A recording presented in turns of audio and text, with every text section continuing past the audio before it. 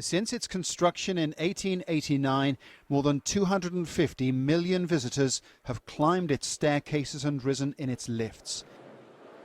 It remains to this day the highest structure in Paris, recognizable worldwide as a symbol of the French capital. And it was a pioneering example of art and engineering combined. The chance to own an original section of the Eiffel Tower is something very special indeed. It was the invention of the iron structure. So a lot of houses, bâtiments have been made because of this new technique. So it was artistic and technique, both sides. That's why it's magic. In this photo, Gustave Eiffel stands on the staircase, his son-in-law on the landing. A section of those same steps remains on display halfway up the tower even today.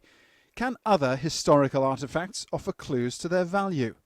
In October this year, a violin reputedly played on the Titanic went for $1.7 million at auction. At the other end of the scale, a small piece of the Berlin Wall can be bought on the internet for just over $50.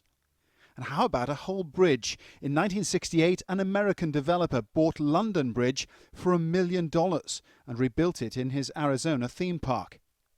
Estimates for the Eiffel staircase are more modest, but the guide price has been wrong in the past. And it's certainly an object of desire. I think it is a very beautiful object because it's not just a piece of the Eiffel Tower, it's also a staircase, it's also a sculpture, it is also a wrought iron, there is also an historical dimension to it. So this object is plenty of things. I wouldn't mind buying a piece of the Eiffel Tower because it has a historical and sentimental value for us Parisians. Other sections are preserved near the Statue of Liberty in New York, in the gardens of the Yoshi Foundation in Japan, and in private foreign collections, notably in Canada, Switzerland, Italy and Brazil.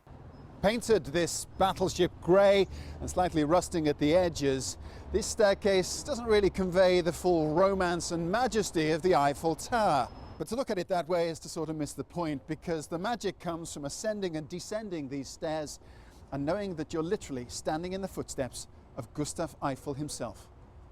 Paul Brennan, Al Jazeera, Paris.